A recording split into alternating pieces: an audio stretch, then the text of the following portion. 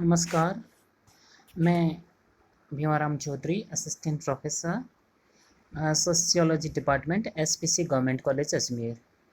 Dear students, SPC government college Ajmer के समाजशास्त्र विभाग के इस यूट्यूब चैनल पर आपका स्वागत है। जैसा कि आप जानते हैं, हम आदिम अर्थव्यवस्था की कार्यप्रणाली को पढ़ रहे हैं और इसके अंदर हमने अब तक पढ़ा है कि आदिम अर्थव्यवस्था में जो उत्पादन होता है, जो वितरण होता है और जो उपभोग होता है, अ, उसकी क्या कार्यप्रणाली होती है और किस तरह आदिम अर्थव्यवस्था है वो काम करती है, किस तरह आदिम समाज है वो अपना जीवन निर्वाह करता है और अ, उसकी क्या महत्वपूर्ण विशेषताएं होती हैं।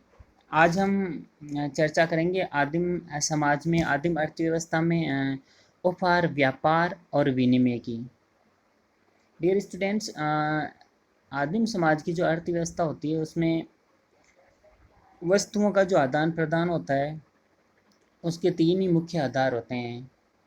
पहला उपहार, दूसरा व्यापार और तीसरा विनिमय। गिफ्ट, ट्रेड और एक्सचेंज। यहाँ सबसे जो महत्वपूर्ण टॉपिक है वो एक्सचेंज का है, विनिमय का है। उससे पहले थोड़ा उपहार और व्यापार के बारे में भी हम चर्चा करेंगे इसमें। डियर स्टूडेंट, जैसा कि हम जानते हैं, उपहार की जो ये प्रथा है ये सार्वभौमिक प्रथा है, लेकिन आदिम समाज में बहुत ही महत्वपूर्ण है क्योंकि वहाँ पर इसका आधार सामाजिक होता है। और हम जानते हैं कि उपहार आदिम और आधुनिक दोनों ही समाजों में जन्म है, विवाह है, मृत्यु है, ऐसे अवसर पर ये जो है प्रथा है वो प्रचलित होती है, यानी उपहार लिया और दिया जाता है। और ये दो व्यक्तियों और परिवारों और समूहों के बीच घनिष्ठ सामाजिक और आर्थिक संबंध स्थापित करता है। आदिम समाज में भी उपहार का जो मुख्य उद्देश्य है व्यक्तिगत और सामूहिक संबंधों को अधिक घनिष्ठ और मैत्रीपूर्ण बनाने के लिए होता है। इसके पीछे कुछ आर्थिक कर्तव्य भी होते हैं, वो भी बहुत महत्वपूर्ण है। अफ्रीका की इबो जनजाति है, उसमें तो उपहार बहुत ही महत्वपूर्ण है, परंपरा है। वहाँ पर अगर कोई लड़की किसी पुरुष से उपहार स्वीकार कर लेती है तो ये इस बात का संकेत माना जाता है कि उन दोनों के बीच में विवाह संबंध में किसी को कोई आपत्ति नहीं है। इसी तरह जूनी जनजाति है, वहाँ उपहार है वो दो तरफा नहीं होता है। वहाँ पर ये देखा जाता है कि जो उपहार है वह सदैव एक तरफा होता है, जिसका मुख्य उद्देश्य धन का पुनर्वितरण करना होता है। धन के पुनर्वितरण के साधन के रूप में उपहार को इस्तेमाल करते हैं, यानी कि जिस परिवार और जूनी जनजाति की जिस परिवार या समूह व या व्यक्ति के पास खाद्य सामग्री, औजार इनकी कमी होती है, तो उसका ये सामाजिक अधिकार है कि वे उन लोगों से इन चीज़ों को प्राप्त करें जिनके पास ये अधिक मात्रा में होती हैं। इसके माध्यम से जूनी जनजाति है वो अपने असमान आर्थिक वितरण को बहुत कुछ संतुलित करती है, आर्थिक असमानताओं को कम करती है और इसमें सफल भी होती है। मैं समझता हूँ कि जूनी जनजाति में ये जो उपहार प्रथा है, गिफ्ट कस्टम है, ये आधुनिक समाज में धन के पुनर्वितरण के संदर्भ में अत्यंत प्रासंगिक है। आज संपूर्ण दुनिया सहित भारत आर्थिक विषमता से जूझ रहा है, आर्थिक खाई बढ़ती जा रही है।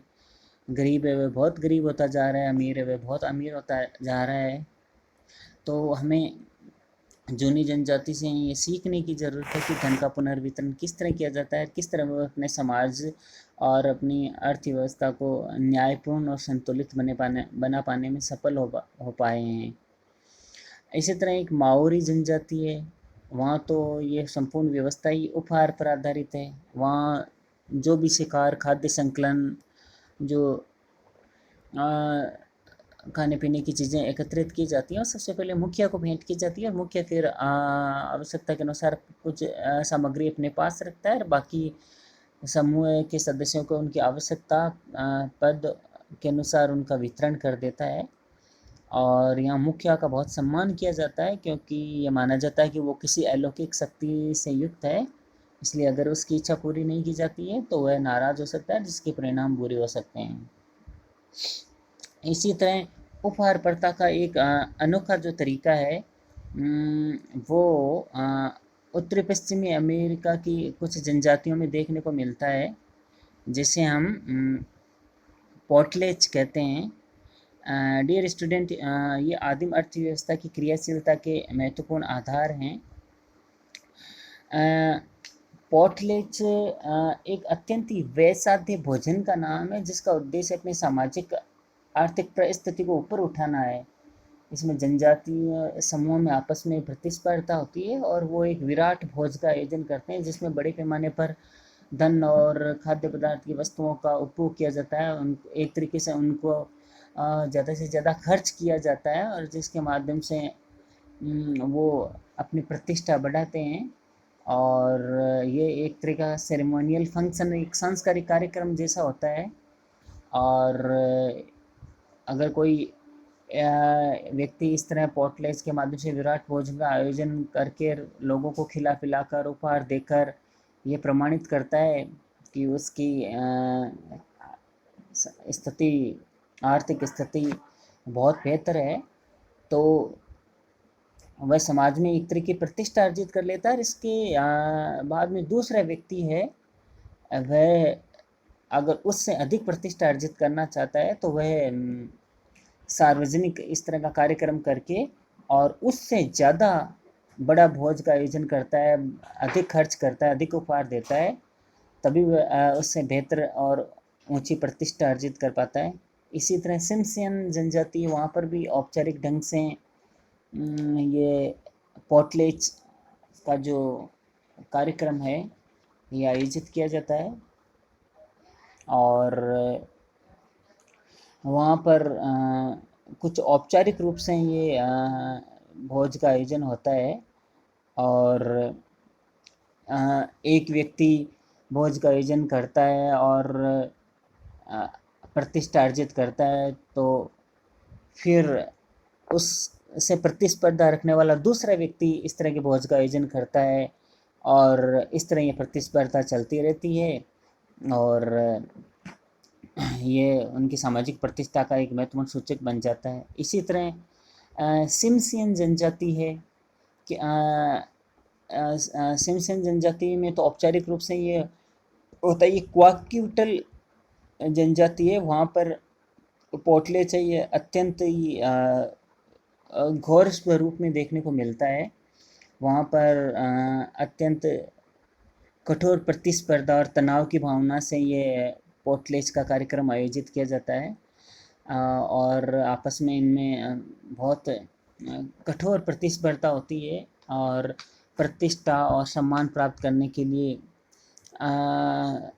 कभी कभी अनावश्यक धन और खाद्य पदार्थों की, खाने पीने की चीज़ों की बर्बादी होती है और बहुत ही महंगे उपहार अतिथियों को दिए जाते हैं। तो इस तरह इसके कुछ कठोर स्वरूप और विकृत स्वरूप भी देखने को मिलते हैं, लेकिन मूल रूप से ये जो पोर्टलेज है इसका उद्देश्य जनजाति समाज में इस अत्यंत ही खर्चीली या बेसाध्य भोजन के माध्यम से सामाजिक प्रतिष्ठा को ऊपर उठाना होता है। डियर स्टूडेंट, यह उपहार और अतिथि सत्कार की एक प्रथा है जो आदिम समाज में प्रचलित है, जिसे हम पोर्टलेज कहते हैं। अब हम चर्चा करेंगे आदिम समाज में, आदिम अर्थव्यवस्था में व्यापार और एक्सचेंज की। आदिम समाज में, आदिम अर्थव्यवस्था में जो वस्तुओं के आदान प्रदान के जो तरीके हैं वो, जैसा कि हमने पहले चर्चा की है कि उपहार, व्यापार और विनिमय, इन तीन तरीकों से वस्तुओं का आदान प्रदान होता है। और मानवशास्त्री E.A. हॉवेल ने तो यहाँ तक लिखा है कि उपहार के माध्यम से विनिमय सामाजिक संबंधों पर अधिक बल देता है और जो भी व्यापार के द्वारा विनिमय होता है उसका मुख्य उद्देश्य वस्तुओं का वितरण है। और व्यापार के माध्यम से सामाजिक संबंध पनपते हैं, क्योंकि व्यापार सामाजिक अंतर्क्रिया पर आधारित होता है। और उपहार के माध्यम से भी विनिमय है जो वस्तुओं को वितरित करता है और इससे व्यक्तिगत संबंध मजबूत होते हैं। आदिम अर्थव्यवस्था में जो व्यापार का एक उदाहरण आया है, वह उदाहरण मूक अदला बदली का है, जो श्रीलंका की वेड्डा जनजाति में देखने को मिलता है। इसे साइलेंट ट्रेड भी कहते हैं। इसमें ऐसा होता है कि इसे मूक अदला बदली या डम बार्टर इसलिए कहते हैं कि इसमें किसी एक इसमें दो जनजातियों में वस्तुओं का आदान प्रदान होता है, और वो बिल्कुल साइलेंट तरीके से होता है। उसमें आपस में कोई भी समूह आपस में बातचीत नहीं करता है। अपने आवश्यकता वाली चीज़ों के संकेत के साथ उनके पास जो चीज़ें होती है वह एक समूह एक जगह रख कर चला जाता है, और दूसरा समूह यानी कि दूसरी जनजाति के लोग हैं वो आते हैं, और जो पहली जनजाति है जो उनके पास थी वो चीज़ें रख कर गए हैं उनको लेकर चले जाते हैं, और उनके संकेतों के आधार पर जो चीज़ें उन्हें चाहिए और जो दूसरी जनजाति के पास होती है वो वहाँ रख कर चले जाते हैं। इन लोगों का ये मानना है कि जो दुश्मनी है उसको आर्थिक मामलों से दूर रखना लाभप्रद है, तो मूक अदला बदली प्रथा का यही आधार होता है मुख्य रूप से। और मलाया की एक पिग्मी सैमंग जनजाति है, वो अपनी शत्रु जनजाति सकाई के साथ इस तरह मूक अदला बदली करती है, और आपस में इसके माध्यम से वस्तुओं का आदान प्रदान हो जाता है। इस प्रथा के अंदर न तो वस्तुओं का कोई मोल भाव किया जाता है, न ही कोई अदला बदली करते समय को दोनों जनजाति के समूह के लोग आपस में बातचीत करते हैं। बस एक स्थान पर वो अपने पास जो अतिरिक्त वस्तुएं होती हैं वो रख देते हैं, और जो ज़रूरत वाली वस्तुएं हैं उनका संकेत छोड़कर चले जाते हैं। दूसरी जनजाति के लोग आते हैं, उन चीज़ों को उठाकर ले जाते हैं, और उन संकेतों को देखकर जो चीज़ें पहली जनजाति को चाहिए वो रख कर चले जाते हैं। तो इस तरह मूक तरीके से वस्तुओं का आदान प्रदान होता है, इसलिए मूक अदला बदली कहते हैं। इसे ही साइलेंट व्यापार भी साइलेंट ट्रेड भी कहते हैं, नीरव व्यापार भी कहते हैं। इसी तरीके से एक होपी जनजाति है, उसमें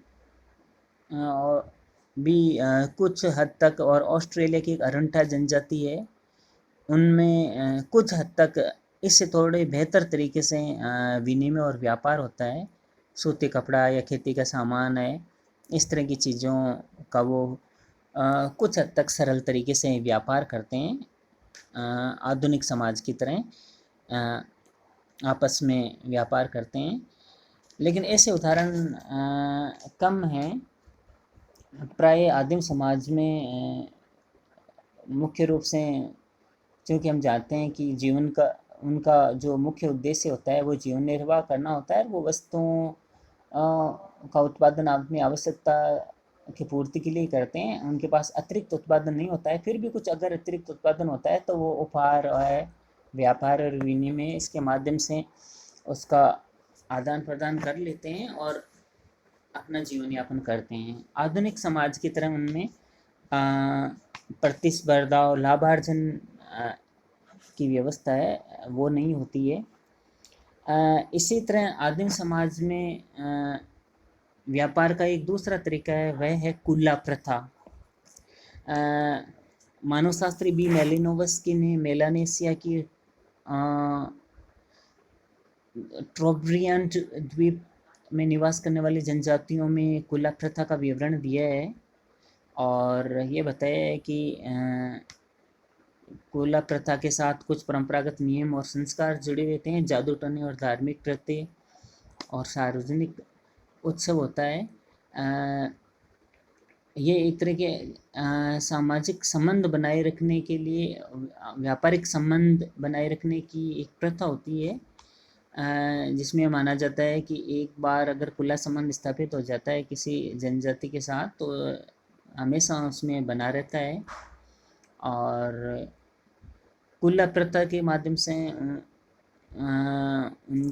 उनकी सामाजिक प्रतिष्ठा और जो धार्मिक परंपराएं हैं वो भी बनी रहती है। इसमें वस्तुतः सफ़ेद शंख के एक बाजूबंद जिसे मुआली कहते हैं, और एक लाल शंख के हार जिसे सौलवा कहते हैं, इसके माध्यम से उपहारों का आदान प्रदान होता है।